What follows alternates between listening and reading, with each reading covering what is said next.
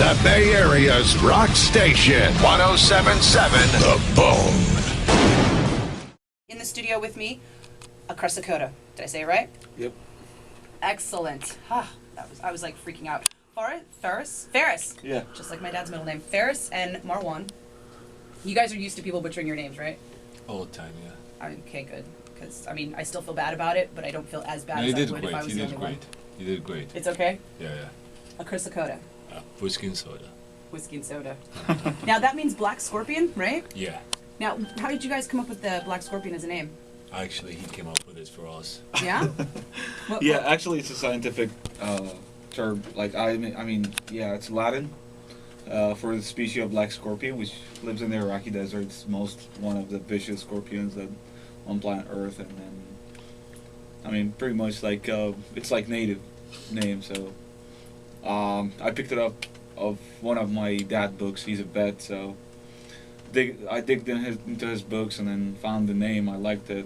Searched it up. Nobody has it, so we had it. And it's not Acrassicauda. It's A.Crassicauda, which is A for the class and then Acrassicauda. But I guess people, just start pronouncing it as Acrassicauda, and that's become Acrassicauda. So you've created a word out of a word. Pretty much.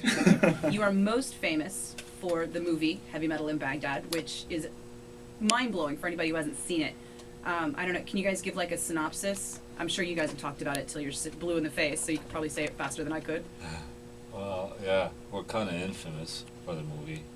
Not in that state yet, but I mean, just documents our lives. It's starting from 2005 all the way to 2008, and that's about the time when the movie actually went on premiere and stuff like that. And just documents for guys from Iraq, Baghdad, who just felt love with their music, and it happened to be rock and roll music, and it just documents the journey throughout from Baghdad all the way to the States, and it gets involved with politics, war, and getting a refugee status. So it's basically, I wouldn't say it's dramatic, but it's not the happy documentary that, I mean, I don't think there's a happy documentary, so, it's just us trying to create something out of the nothing, and how we kind of turn and shift things, like from actually misfortune to fortune. So, we've been lucky and blessed with that, and here we are. So, yeah. So it's 3 years, I guess. Document over 3 years, right? Yeah. So Metallica, one of the bands that you guys are famous for having been influenced by, and every time I say something to somebody about you guys, they'll say, "Oh, I saw James give him a guitar." Yeah. Has that been the extent of your experience with Metallica, or are you guys staying in touch? That's no, I don't think I would love to say that, actually. Yeah, that we call are each still, other every once in a while, have a pep talk. Yeah. But no, they've been really kind enough. I guess it was in February 5th, 2009, and I just got to the States, and they told us, like, Metallica is playing in New York, and they offered that you guys should tickets and VIP pass, whatever they call it, and we went there, and they were kind enough, like, they gave us like an hour, probably like an hour and a half of their time before the show. And then later after the show, I guess even James Hetfield actually dedicated one of the songs, I guess, "What Doesn't Kill You Make You Stronger" or something. Yeah. To us in the stage, and that was like a glorious moment, actually, for everybody. And then he met us after the show, and he gave Faisal, the vocalist, an Explorer right after he finished playing Seek and Destroy, and we had like half an hour also talk. Yeah, it was awesome. It was, I mean, there isn't enough words to describe the feelings that we had. I mean, Metallica is like one of our influences, and our dream to meet them, and we dreamt about going to their shows, not even meet them in person, but like this even add up to it, So it's pretty cool. I mean, it was a blessing.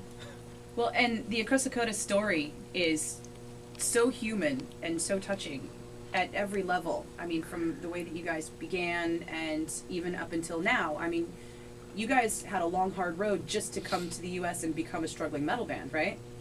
Mm-hmm. Yeah. So now looking back, how much different is it to be a struggling metal band in the U.S. than being a struggling metal band in Baghdad?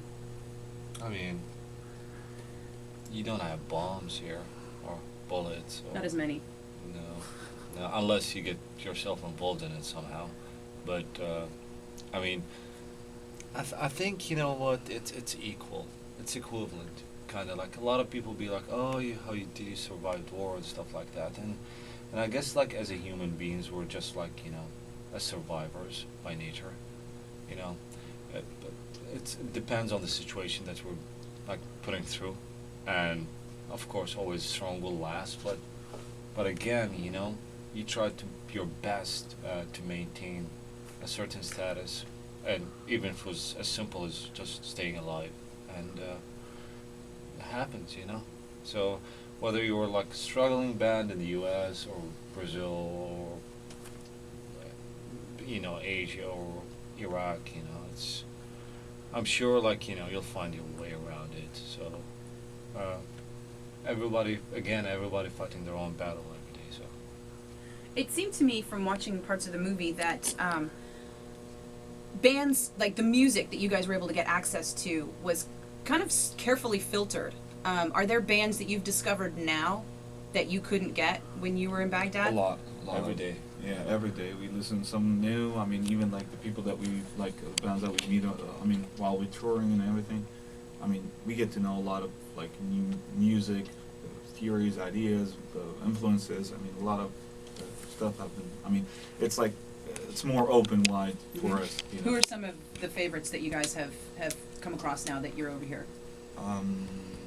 Well, there's a lot. I mean, it's not just in the States. I mean, through our journey that we travel different countries, and then like from Syria to Turkey, and in Turkey we, you know, like we like a couple of bands, and then move into the States, we start liking like we listen to more stuff, and then Anybody you want to name drop so other people can check them out? Animals as leaders, Mars Volta, Opeth. I mean, Opeth it's an old deal, but you know, we're just I'm obsessed with it now. So. Yeah, I'm like, I mean, just like I Depends, said. because throughout the journey, actually, we didn't also like travel from a different country. It was kind of different. Like, we got older as the story continued, and we started the band back in Iraq. We were like 18 or something. Now, like, we're late 20s, 30s. So even your music taste kind of evolve or change. Yeah, that was the word. Musically, we musically like evolving, you know, by learning every But day. you definitely have whatever. more access Yeah, for music, easier access to the music. Of the bands that got through, because I noticed it seemed like Slayer, Metallica, Maiden, really big influences, and those seemed to be like the big bands that everybody had access Billboard to. bands, Yeah. How did they get through? Like, because I'm guessing internet was limited. We didn't Bootlegs. have internet. Yeah. Actually, first time I discovered it was 2003. Mhm. So it was just bootleg Yeah, pretty much CDs? like bootleg CDs. I mean, Cassettes. yeah. cassettes. No, seriously, was it? Yeah, cassettes? like tapes. Yeah, like tapes or bootleg CDs. I mean, people who travel outside the country, they Mhm. will come with a couple of CDs and a one live concert. You know, like CD. They sneak them into the country, and then they start spreading around the, you know, like the metal community that we had. I mean, Now, is this like tourists? Not tourists. There's not a lot of tourism, I'm sure, in Baghdad. But was this like U.S. military people no. or It's that even was before. diplomatic people, Yeah, traveling no, it was, people? traveling people. It was Uh-huh. before. I mean, the war and all that. Okay. Before, I mean, like in the '90s, we had access to all like Metallica albums and stuff like that. I mean, we have people that travel, you know, like whether merchants or they just traveling to study or for fun or whatever the reason they traveling for. And whenever they come back, they bring, like, if they are like metalheads or they listen to metal music, whenever they come back, they just bring some people, like, they have like satellites, so they would like record off the satellite and then resell it or whatever. That's pretty much how we did it when metal Yeah, first started I in mean- the 80s. It was trading It's cassettes. the same. Yeah, we're just Yeah. a decade late. Yeah. Always. Just a little behind, that's all. I talked to Alex Skolnick, who produced your guys' album, And he also, of course, is in Testament, so everybody in the Bay Area is really familiar with him. And he said that I should ask you about a chant that you do. Oh, yeah. What about it? He said that I should ask you if you'll do it, and I don't know. where you learned it, and how Actually- it ended up on the album. Yeah, actually, the chant that I do, it's a vocal skills, like musical skills. Basically, it's like learning type of opera thing, and then how I learned it. It's a long story, just to make it shorter, you know. So I learned it just because I'm so obsessed about, like, you know, music, and I love music and all that. So I learned which we call makam. That's the name. It's like the skills, and mostly of them are Oriental, and then well, that's basically the chanting, which is in the song "Garden of Stone." In the end, I'm the one who does it, and that's my voice right there. And I don't know what to tell you exactly, but He's just trying to escape doing it. yeah. I mean, He's gonna Go ahead. stutter until we run out of At time. the end of this song, the Garden Yeah, of Stone, I mean- just check it, play it. I don't have to sing it. yeah. I mean, yeah. Check the song. You and, don't have to sing it. oh, okay. Okay. You blame Alex for that one. No. It's definitely, but I. Don't look at me like I'm mean, like I'm making No. you do it. It's just I mean, even when we did it in the studio, we were like kind of like it wasn't really meant for the song. We were just like, oh, let's try this out, and then they put me in the room and just like, oh, go ahead, do it, and I was like, I don't know what to do. They were like, oh, listen to the song, so I tried once, twice, nailed it. They said, okay, good to go. And since then, it became my signature on stage. Now, how did you guys end up working with Alex? I guess he saw the movie back in 2008, and Alex is very outgoing, sophisticated, intellectual type of person, and that's his kind of thing. Like, he looks, check out some stuff, and he had a blog, and he wrote about us after he watched the movie Heavy Metal in Baghdad and his blog, and then he reached out to Vice, who actually did the movie, and then it happened that we were in Turkey. They told him that we were in Turkey, and he said that Testament is going to play in Turkey. So he actually called me, and he said, hey, I'm Alex, and I mean, of course, Vice gave me a heads up, and then we got to meet at their show, and we How do you went like back. Testament? We love Testament, actually. We're fans since really long time ago. So I mean, So it was even very before we met them, we were like, Testament is one of, or like, school that we learned from. Seriously, yeah, like, we like the Exodus, music. Testament, all these bands like. Yeah. I mean, everybody focused when like whenever we say in an interview, like, oh, these guys are influenced by like I mean, Bay Metallica, Area like whatever thrashers. the names Yeah. is. Mhm. Definitely. Yeah, I mean- but we have like a list of thousands of, I mean, not I would thousands. say but- thousands. yeah, like 100 band that we really like At least 10. listen to.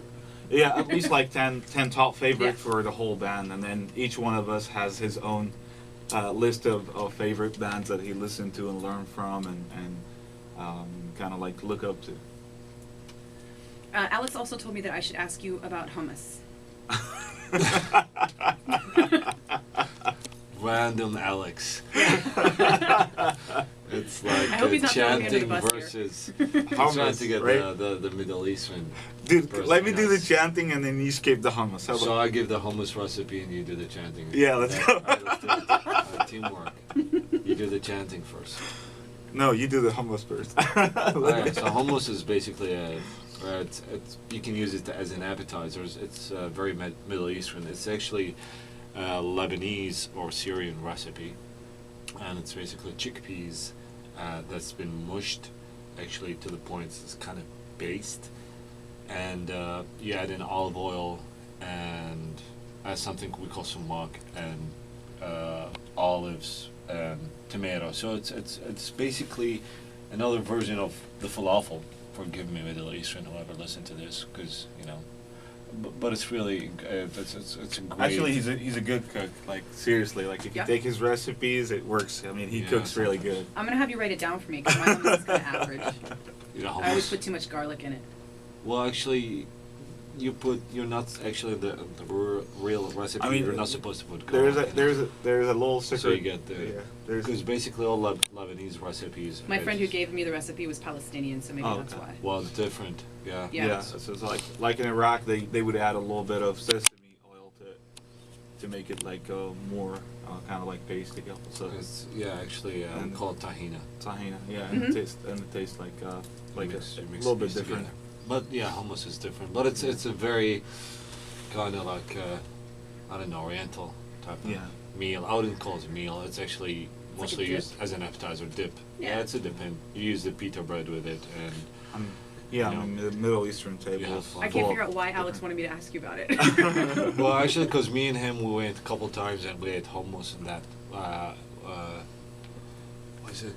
It's in New Mediterranean York, restaurant? Yeah, Mediterranean restaurant. Yeah. And he came over to the restaurant where we worked Oh, out, okay. and we got him some hummus too. So Oh, okay. you know, it's kind of like hummusy mutual interests. Hummus.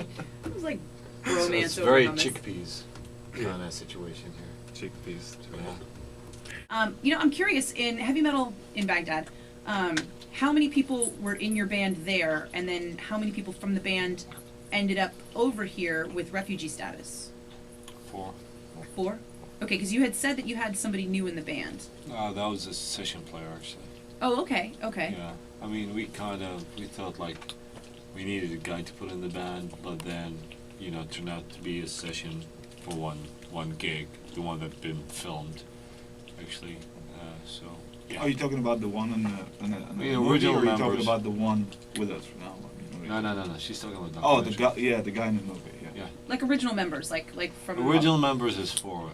It's Firas, bassist, Faisal, vocalist, and Tony, guitar, and me, drums. So that's the 4 of us. And we had one other original member, but he's no longer in the band since 2005. So So when did you guys decide you had to leave Baghdad? And it was a couple of years before you got to the U.S., right?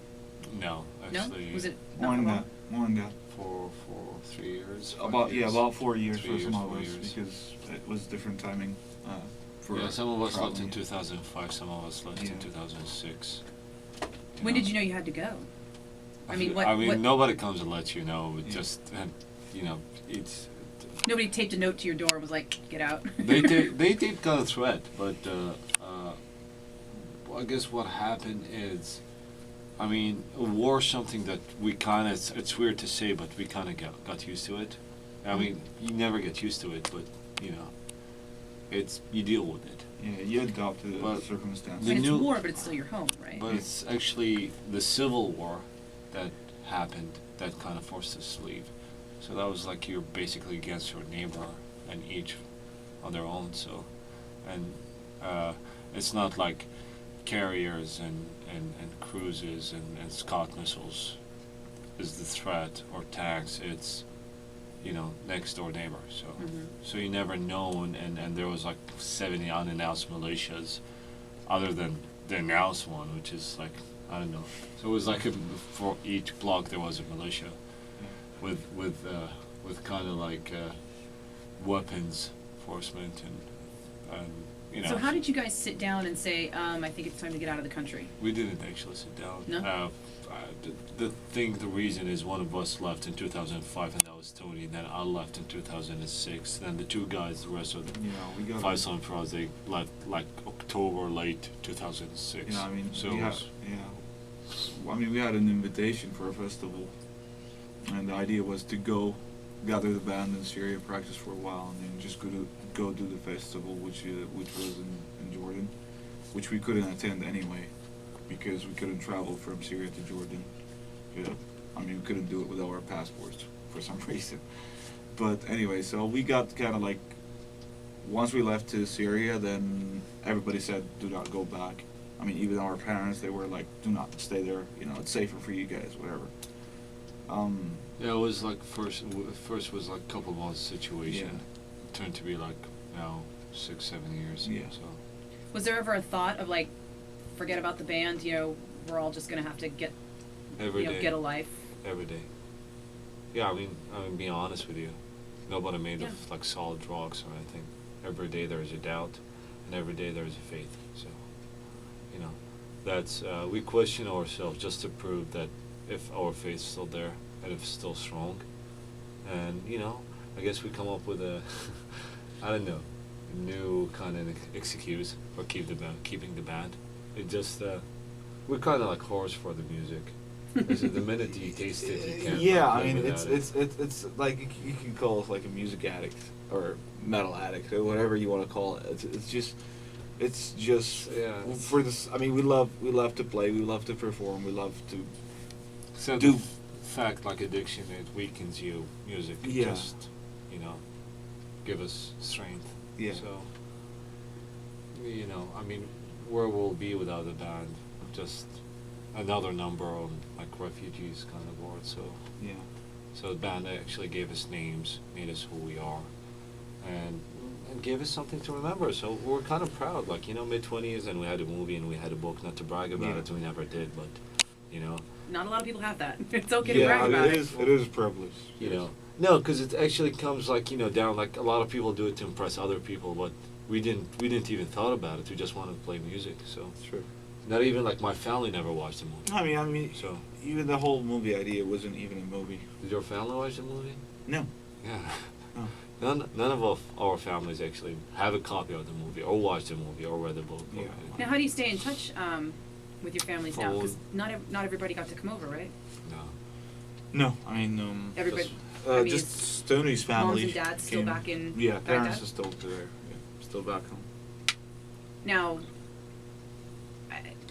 and admittedly, this is kind of, you know, the American lack of knowledge in international affairs, No. but what's it like for your parents being back in Baghdad? I mean, is it because they weren't as controversial as you that it's slightly safer for them, or are they still in just as much danger as you were? I don't think nobody's safe down there. Nobody's safe. I mean, Yeah. they are as much as in danger as we were. But the thing is, and maybe they are in more danger now It's- because of the exposure that we had. through the Basically, media you're and rolling the everything. dice every day. So Yeah. rolling dice every day. So How do you stay in touch with them? I mean, because internet's Just limited keep still, calling right? them. I mean, phone calls and so on. And then, I mean, it's you know, like some of them, like some of our parents, you know, he's trying to convince them the idea of leaving home. They go like, no, I just don't want to do it. Stubborn. Yeah, stubborn. You know, like they just say, you know, like you go ahead, you live your life. I mean, we pretty much. You're good. If you're good, I'm yeah, good. I mean, That's kind of the attitude. like we had it, and we just want to stay here. So. We just want you to be happy, and we just want you to be, because it's a funny thing, because that's the method my dad told me before I leave. He was like, leave, and I was like, you know, I don't want to leave. I want to come back. Then, you know, a couple of months later, you're in a different country, and it's not the same lifestyle that you live. And instead from living even under the siege and war, living in 3 bedrooms, luxurious life, you don't have to pay rent and stuff, and suddenly you're living like 3 feet underground in a basement, where like, you know, nothing that you have and you can't afford nothing. And so you want to come back, but I remember my dad told me, he was like, you know, I don't want to bury you, you should bury me, so I don't want you to come back. Yeah. You know, so that made us all think, like, you know, we're like, hey, if we can't do good, we don't want to cause them any trouble. So we're kind of like in exiles, in a way. Yeah, I mean, pretty So much. you really couldn't go back if you wanted to. Not No. really. Not Do with you- all the media exposure and all this, like, what's going on. and Everything. Do you feel like you'll never see them again, or do you think you'll be able to meet with them in a nearby country and have some kind of reunion? Yeah, there's at some always a point? hope. Yeah. There's always a hope. You know, just like this band. It's like a roulette. You know, it's like gambling, even life. So there's always a hope. There's always a hope this band will be great one day, and you know, we'll be able to quit our jobs and make a living out of it. And there is always a hope, like you'll see your family, and there's always a hope, like your country will become a much better place that you can actually go and play shows. And so there's always the hope in the end of the tunnel, the light. Yeah, right. Light at the end of the tunnel. I never seen that light yet. I hate this Working on it. word or Work in term, progress. whatever you wanna. call it because I never see the light at the end of the tunnel. But anyway, you No know, electricity. And as Metallica says, Yeah. that light at the end of Yeah. the tunnel is sometimes a freight train coming your way. yeah, True. that's true. Yeah, So yeah, so at least you have hope. yeah. Oh yeah, You always definitely. have hope. Definitely. We keep hoping. It's always helps. 7, The Bone. Streaming online at 1077thebone.com.